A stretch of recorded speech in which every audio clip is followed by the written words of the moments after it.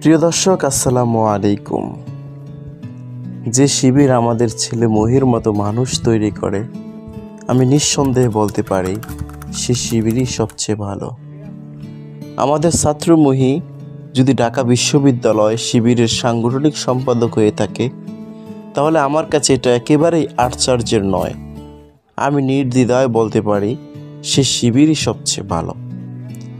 কারণ যে সংগঠন একজন শিক্ষার্থীকে শুধু মেধাবী নয়, একই সঙ্গে চরিত্রবান, বিনয়ী, ধর্মপরায়ণ এবং মানবিক হিসাবে গড়ে তোলে, সে সংগঠন অবশ্যই সবার কাছে শ্রেষ্ঠ হওয়ার যোগ্য।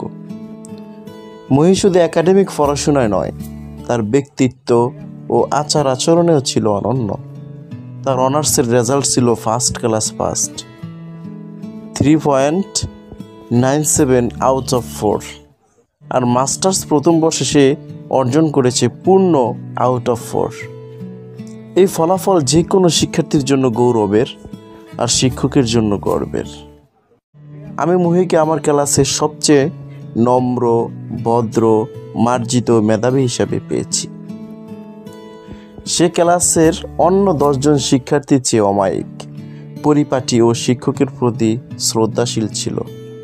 মহির চোখে মুখে সবসময় শিষ্টাচারের ছাপ ফুটে উঠত। তার কথাবার্তায় ছিল পরিমিতি আর ভদ্রতা। ঢাকা বিশ্ববিদ্যালয়ের মতো প্রেক্ষাপটে এই বয়সে এক তরুণের ধার্মিকতা ও জীবনযাত্রার পরিপূর্ণতা দেখে সত্যি যে কেউ অবাক হবে, কৌতূহল জাগবে।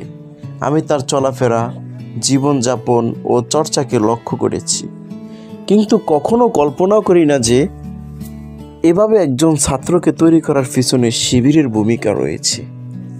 আজ আমি গর্বের সঙ্গে বলছি, যদি শিবির মহির মতো ছাত্র তৈরি করতে পারে, তবে সে সংগঠনকে শ্রেষ্ঠ বলা ছাড়া আর কোনো উপায় নেই।